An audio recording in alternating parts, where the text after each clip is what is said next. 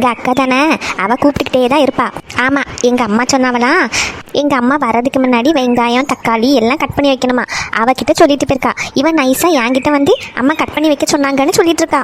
நான் யாரு கரெக்டாக கண்டுபிடிச்சிட்டோம்ல. எனக்கே எங்கள் அம்மா இல்லாதப்ப தான் ஃபோனே யூஸ் பண்ண முடியும். அப்படியே நம்ம ஃப்ரெண்ட்ஸ் கூட எல்லாம் குரூப் சாட் பண்ணிட்டு இப்போ உனக்கு ஃபோன் பண்ணிட்டு இருக்கேன். ஓஹோ, அப்படியா கதை? ஆமாம், எக்ஸாம் எல்லாம் நல்லா பண்ணியிருக்கேன். ஒரு வழியாக பரீட்சை முடிஞ்சாச்சு. இன்னும் வீட்டில் ஜாலியாக இருந்து நல்லா சாப்பிட்டு தூங்கி டிவி பார்த்து சந்தோஷமாக இருக்கணும். அதுக்கு நான் உன்னை விட்டா தானே அந்த பிள்ளை அங்கே அம்பிட்டு வேலையும் பண்ணிட்டு இருக்கு. மேடம் இங்கே சொகுசாக ஃபேனை வேற போட்டுட்டு இருந்து டிவி ஒரு பக்கம் ஓடுது, ஃபேன் ஒரு பக்கம் ஓடுது, ஃபோனில் வேற நோண்டிட்டு இருக்கேன். சுவாணி, ஐயோ அம்மா, ஏம்மா எப்பம்மா வந்த?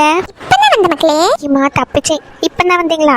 சுவாணி, அக்கா கிட்ட சொல்லிட்டு போயிருந்தேன் வெங்காயம் தக்காளி எல்லாம் கட் பண்ணி வைக்கிறதுக்கு. கட் பண்ணி வச்சியா?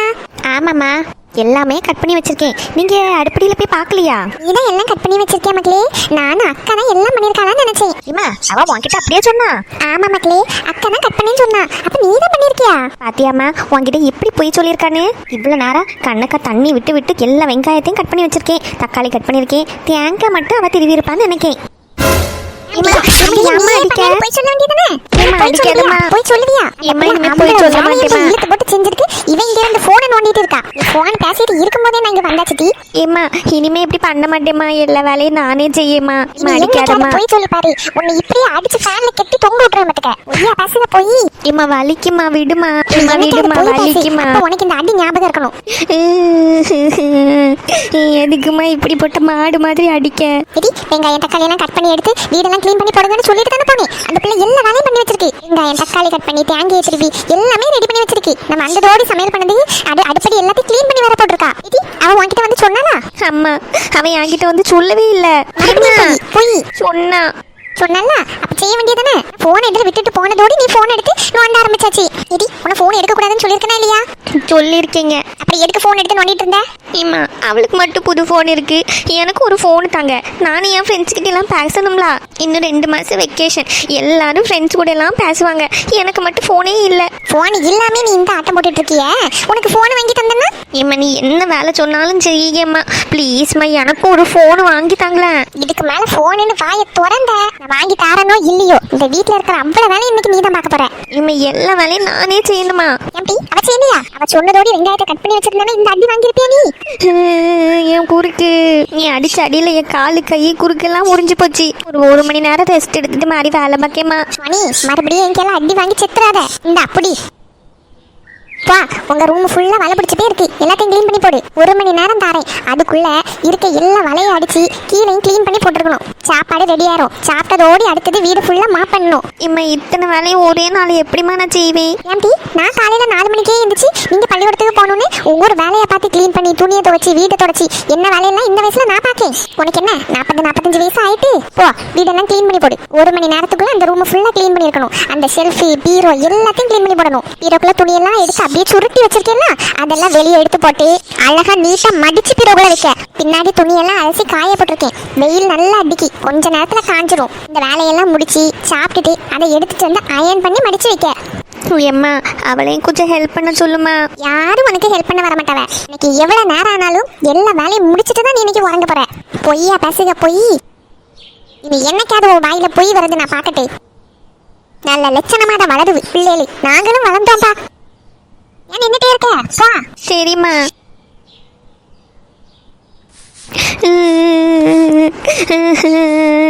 அம்மா என் கை என்ன அடி அடிச்சுட்டா. அவளும் தான் பொய்யெல்லாம் சொல்லுவா. நான் ஏதாச்சும் பண்ண மட்டும் என்ன தூக்கி போட்டு அடிக்க வேண்டியது.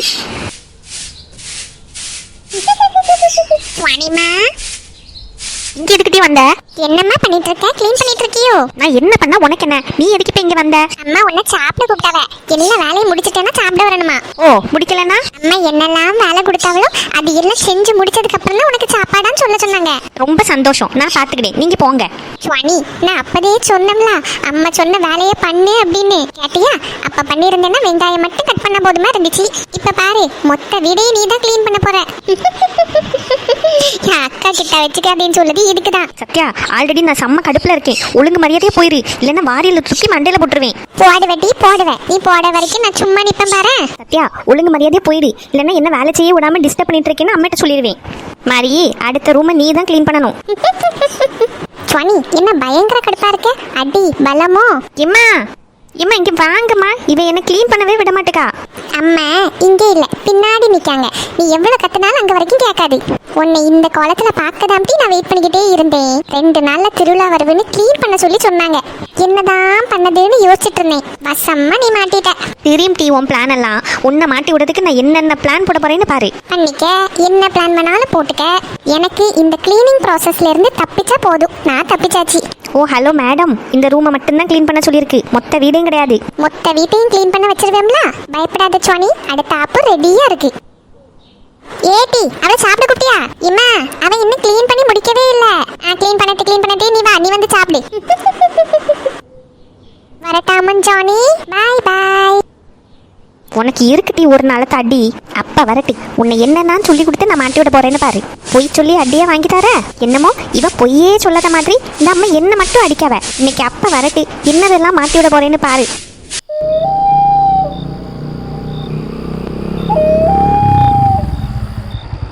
அங்க இவ்வளவு இருட்டா இருக்கு. நான் தான் அப்பவே சொன்னோம்ல ஜனனி, படம் பார்க்கறதுக்கு இன்னொரு நாள் போகலான்னு. நீ தானே இன்னைக்கே பார்க்கணும்னு. என்ன ஏற்கனவே இவ்வளோ லேட் ஆயிட்டு நம்ம நாளைக்கு வரலான்னு சொன்னேன், கேட்கவே இல்லை. இப்போ பாரு, ஊருக்குள்ள ஒத்த ஆட்கள் கிடையாது. எங்க பயமா இருக்குங்க, நாயெல்லாம் குறைக்குது. அப்படிதான் இருக்கும் ஜனனி, இதுக்கு தான் நேரத்தையே நம்ம வீட்டுக்கு வரலான்னு சொன்னேன், நீ தான் கேட்கவே இல்லை. பாத்தியா, ஒரு வீட்டுல லைட் இல்ல, எப்படி மயான அமைதியா இருக்கு. எங்க நீங்க வேற சும்மா இருங்கங்க. எப்பவுமே இப்படி இருக்காதுல, யாராச்சும் வெளியே இருப்பாங்க. அட்லீஸ்ட் ஸ்ட்ரீட் லைட்டாவது இருக்கும். இன்னைக்கு ஏங்க இப்படி இருக்கு? எனக்கு எங்க தெரியும், வீடு வரைக்கும் போகணும். போற வழி எப்படி இருக்கும்னு தெரியுங்களா? காலையிலேயே ஒரு மாதிரி மார்க்கமா தான் இருக்கும். நைட்டு 12-1 மணி ஆகுது. இப்ப எப்படி இருக்கும் யோசிச்சு பாரு. இந்த நாயெல்லாம் குறைக்குதுங்க. சரி, நான் கொஞ்சம் ஸ்பீடா போறேன், நீ இருக்கமா பிடிச்சுக்கோ. சரிங்க, பேசாம நம்ம வீட்டுக்கே போயிருவோமா? அத்தை மாமா அங்கதானே இருப்பாங்க, அங்கேயே போவோம். நம்ம எந்த வழியா போவோம்னு தெரியுங்களா? அங்க எல்லாம் இன்னைக்கு நைட்டு போக வேண்டாம், நம்ம வீட்டுக்கே போயிடலாம். பேசாம நாளைக்கே படம் பார்க்க போயிருக்கலாம். இவைய சொன்னாவ, நான் தான் கேட்கல. இவ்வளோ நேரமும் நினைக்கலையே. எம்மா, ஒரு வழியா வீட்டுக்கு வந்துட்டோம். இறங்கு ஜனனி, போயிட்டு டோர் ஓபன் பண்ணு. கீ உன் பர்ஸ்ல தான் இருக்கு. சரிங்க. நான் பைக் அதில் தள்ளி விட்டுட்டு வரேன். சரி. என்ன இன்னைக்கு வீடே ஒரு மார்க்கமாக தான் இருக்கு. போகும்போது லைட்டெல்லாம் ஆன் பண்ணி வச்சுட்டு தானே போனேன். லைட்டு எல்லாமே ஆஃப் ஆயிருக்கு. ஒருவேளை யாராச்சும் வந்திருப்பாங்களோ? இல்லை, ஸ்பேர் கீயும் வீட்டுக்குள்ளே தான் இருக்குது. அத்தைட்டையும் மாமாட்டையும் கொடுக்கணும்னு நினச்சி கொடுக்கல. மாதிரி எப்படி லைட்டெல்லாம் ஆஃப் ஆயிருக்கும்?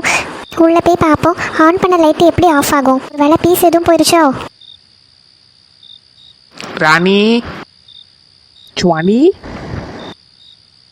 என்னப்பா? என் மக்களே இதில் வந்திருக்க. என் பிள்ளைக்கு மூஞ்சியெல்லாம் ஒரு மாதிரி இருக்கு. இப்பா இன்னைக்கு என்ன நடந்துச்சுன்னு தெரியுமா? அம்மா என்ன தொடப்பத்தை வச்சு நல்லா அடிச்சுட்டாப்பா. இது அடிச்சாலா? ஆமாப்பா, நான் வேலை பண்ணலேன்னு சொல்லி என்ன அடிச்சுட்டாவ. எப்படி பொய் புழுவி? ஏன் டீ இப்படி பொய் சொல்லி கொடுக்க? பின்ன நான் வெங்காயம் கட் பண்ணி வைக்கலன்னு தானே அம்மா என்ன போட்டு அடிச்சாங்க. இப்பா இவ்வளவு தான் அம்மைக்கிட்ட உள்ள பொய்யெல்லாம் சொல்லி கொடுத்து அம்மைக்கு நல்லா சப்போர்ட் பண்ணி எனக்கு அடி வாங்கி தந்தா. அதுவும் தொடப்பம் வச்சு எப்படியெல்லாம் அடிச்சவன் தெரியுமா? மாதிரி எல்லா ரூமு ஹாலு எல்லாமே நான் க்ளீன் பண்ணியிருக்கேன். இவ மகாராணி மாதிரி நல்லா கட்டில படுத்து ஃபோனை பார்த்துட்டு இருந்தா. எப்பா இவ சொல்லதை மட்டும் நம்பாதீங்க. என்னதான் இருந்தாலும் அம்மா எப்படி தங்கச்சியை அடிக்கலாம்? நீ அடிக்கும்போது பார்த்துக்கிட்டான் என்ன? ஏப்பா, அந்த டைம்ல நான் இதுல இல்லவே இல்லை. இவன் அம்மா கிட்ட போய் சொன்னதுனாலதான் அம்மா அடிச்சாங்க. நான் அப்பமே சொன்னேன், அம்மா வெளியே போயிட்டு வரதுக்கு முன்னாடி என்ன வேலை சொன்னாங்களோ அதை பண்ணி வைக்கிறதுக்கு. இவதான் கேட்கவே இல்லை. எங்க வந்தாச்சா? வாங்க சாப்பாடு போடட்டா? ராணி, எதுக்கு நீ பிள்ளைங்க மேல கையை நீட்டுக்க? வந்த உடனே எல்லாம் வத்தி வச்சுட்டவள இருக்க. ஏன் அவ என்ன செஞ்சான்னு கேட்கலையா? வாயை திறந்தாலே இந்த பிள்ளை போய் தான் சொல்லுது. வீட்டை விட்டு நான் வெளியே போகும்போதே ஆளுக்கு ஒரு வேலையை செய்ய சொல்லிட்டு தான் போனேன். மூத்தவ நான் சொல்லிட்டு போன எல்லா வேலையும் செஞ்சு வச்சா. இன்னும் ஒருத்தி இருக்காள, வரும்போது இந்த சோஃபால நல்லா மல்லாக்கப்படுத்து போனை நோண்டிட்டு இருக்கா. அதுக்கு நீ பிள்ளை மேல கையை வைப்பியா? சொல்லு பேச்சு கேட்கலன்னா யாரா இருந்தாலும் தூக்கி போட்டு அடிச்சு மிதிச்சு போடுவேன். கேட்டதுக்கு அக்கா என்ன ஒரு வேலையும் செய்யவே சொல்லல, நீ சொல்லிட்டு போனதே எனக்கு தெரியாது அப்படிங்கா. எப்பா நான் இவகிட்ட சொன்னேன், அம்மா வரதுக்கு வேண்டி எல்லா வேலையும் செஞ்சு வைக்கிறதுக்கு. இவ தான் கேட்கவே இல்லை. அம்மா வந்ததோடி போய் சொன்னா. அதனாலதான் அம்மைக்கு கோவம் வந்து அடிச்சிட்டா.